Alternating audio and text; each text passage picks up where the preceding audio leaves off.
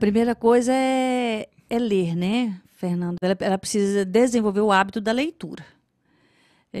Isso é fato. Mas não ter medo de errar.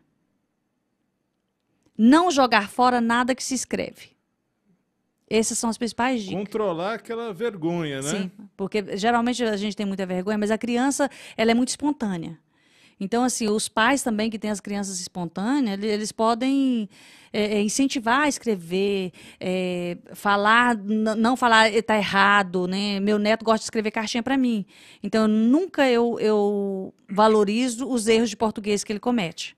Eu valorizo o que ele quis escrever. Né?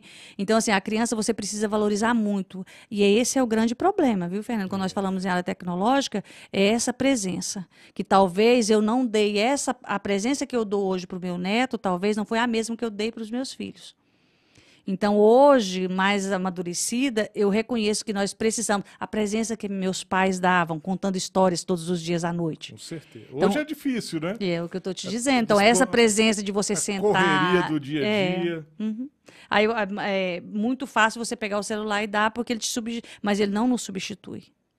Né? A tecnologia não substitui o ser humano no sentido de presença, de estar presente.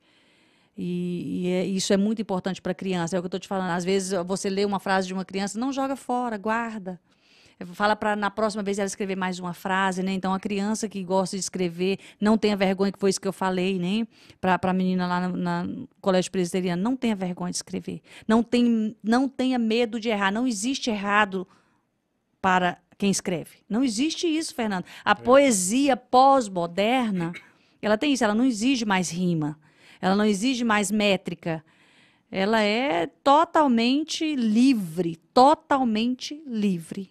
Então, vale se expressar. Exato, né? Não tenha medo de errar. E é importante também as escolas, né, fomentarem, ajudarem nisso. Muito, né? muito importante.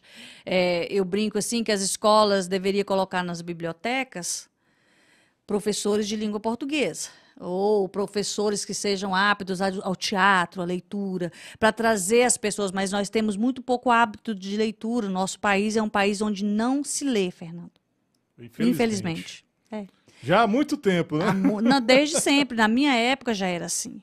Então, assim, desde sempre, eu me lembro, o primeiro livro que eu fui colocada, e às vezes a leitura por obrigação, Fernando, ela não é legal. E tem aquela coisa também de ler, por exemplo, matéria jornalística, né? De ler apenas a manchete. Sim. E depois não continua E aí lendo. já deduz o que é aquilo. Por isso é interessante, Fernando, você colocar para a criança vários tipos. Você coloca livros lá, faz da sua casa, põe uma cestinha, põe vários tipos de livro. Põe gibi, põe revista, põe livro infantil, põe livro de poesia, deixa livros, coloca a Bíblia. Então, assim, é interessante a criança ter como ornamento da casa também livros. Pode começar por esse livro da Roseli, hein? Isso, Bom Dia, Três Mortes no Dia.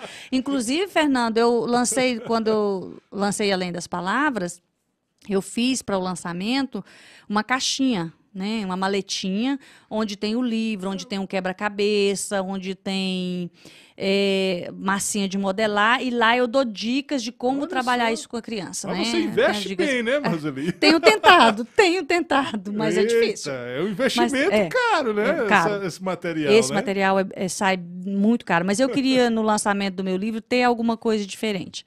Então, eu coloquei essa maletinha para a criança. E é como eu falo, esse livro aqui é uma fábula, Fernando. Ele não é só infantil.